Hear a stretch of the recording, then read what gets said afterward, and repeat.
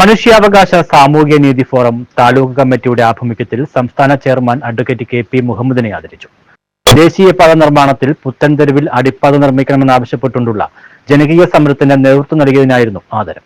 ദേശീയപാത നിർമ്മാണത്തിന്റെ ഭാഗമായി കരുനാഗപ്പള്ളി പുത്തൻതെരുവിൽ അടിപ്പാത നിർമ്മിക്കണമെന്നാവശ്യപ്പെട്ട് നടത്തിയ ജനകീയ സമരത്തിന് നേതൃത്വം നൽകിയ മനുഷ്യാവകാശ സാമൂഹ്യ നീതി ഫോറം സംസ്ഥാന ചെയർമാൻ അഡ്വക്കേറ്റ് KP മുഹമ്മദിന് ആദരം നൽകി.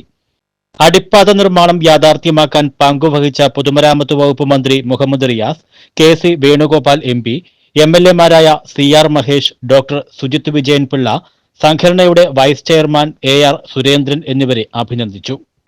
അടുത്ത ഇവിടെ എല്ലാവരും സംശയം പറയുമ്പോഴും ഇത് കിട്ടുമെന്നുള്ള സംശയം ഇത് മാത്രമല്ല. ഞാൻ സംസാരിച്ചപ്പോഴും പലരും ഇവരുടെ നേതാക്കന്മാർ ഉൾപ്പെടെയുള്ള നാഷണൽ ഹൈവേ അതോറിറ്റിയുടെ ആൾക്കാർ ഉൾപ്പെടെയുള്ളവരോട് പറഞ്ഞത്, പുത്തൻതെരുവിൽ ഈ അടിപ്പാതയില്ലാതെ ഇവിടെ നാഷണൽ ഹൈവേ കൂടെ യാതൊരു വാഹനവും പണി തീർത്തിട്ട് എനിക്കൊന്നും ചെയ്യാൻ വിചാരിക്കില്ല.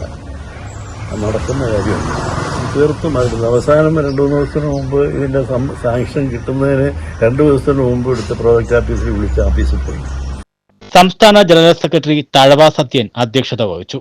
സംസ്ഥാന ഭാരവാഹികളായ AR സുരേന്ദ്രൻ, കൊടിയാട്ട് രാമചന്ദ്രൻ, മുനമ്പത്ത് ഷിഹാബ്, A മുഹമ്മദ് കുഞ്ഞ്, മെഹർ ഖാൻ ചേന്നല്ലൂർ, സലീം അമ്പിത്തറ, KS പുരം സത്താർ, രാമചന്ദ്രൻ, അനിൽ കൊടിയാട്ട്, മുഹമ്മദ് പൈലി എന്നിവർ സംസാരിച്ചു. News bureau, Karunagappally.